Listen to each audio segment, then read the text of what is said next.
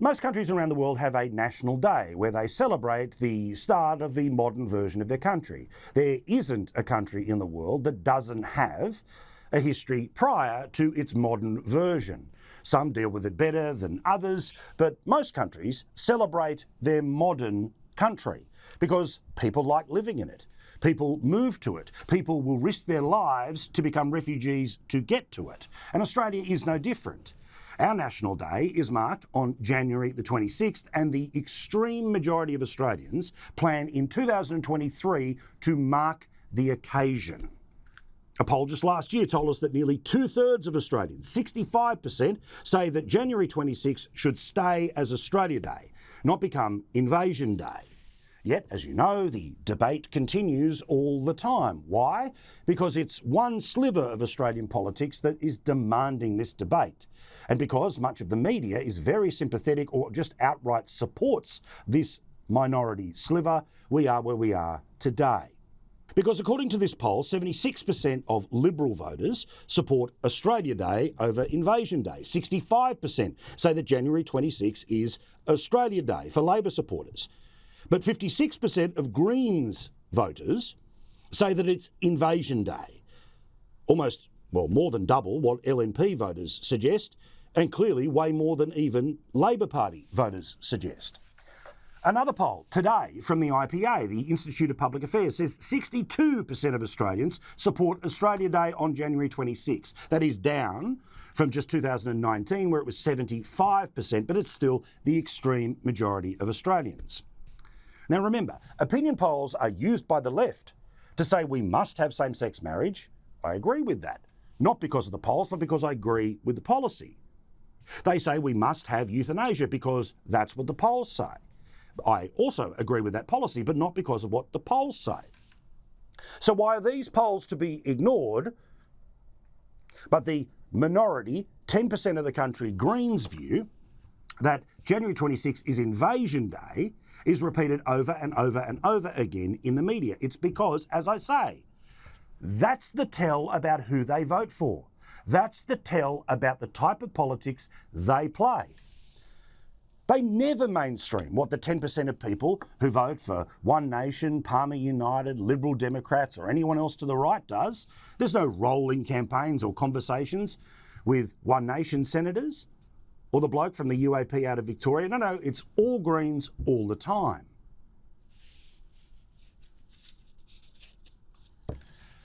And sadly, it's working. Why? Because according to the very same poll, it said 62% of Australians support Australia Day, January the 26th. Young people don't. And young people, by a big margin, don't. Surprise, surprise. They also lean very hard left when you're young. What's that famous quote? If you're not a lefty when you're 20, then you don't have a heart. And if you're a lefty when you're in your middle age, you don't have a brain. Well, 42% of people between the ages of 18 to 24 celebrate Australia Day. The majority say Invasion Day. However, by the time you turn 25 to 35, you start to have kids, you start to understand why we celebrate Australia Day. 54% of people support Australia Day. Now, if you've made it halfway through this video and you still believe that I'm trying to send dog whistles about white supremacy because I believe in Australia Day, you are wrong. There isn't a decent person in the country who does not understand what happened, who does not know that for tens of thousands of years, Indigenous peoples were the people who had custodianship of this country. And yes, they were displaced. Yes, they were massacred. Yes, they were pushed to the fringes. But we have done, and it is a continuous attempt to try to atone for those sins of the past, from national apology through to the significant amounts of social welfare support and the endless conversation like the one that we're trying to have about Alice Springs, which is about trying to have the same standards that white people apply to Indigenous populations in the heart of the country. The reason that I mark Australia Day is because modern Australia is one of, if not the greatest multicultural experiments in the world.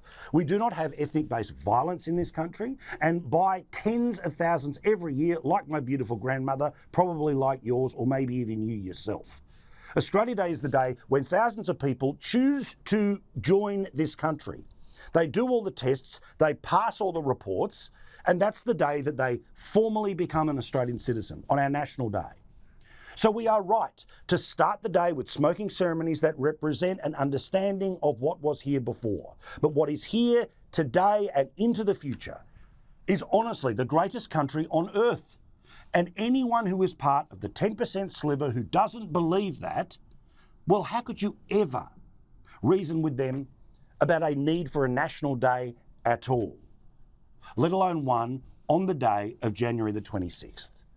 Now, most likely at some point in time, should Australia become a republic, the National Day will move somewhere else. But if the reason you cannot have a National Day is because of the traumas that began as a result of the start of modern Australia, then there will be no date on the calendar when that day can be commemorated. History must be about the truth, but the future must be about opportunity.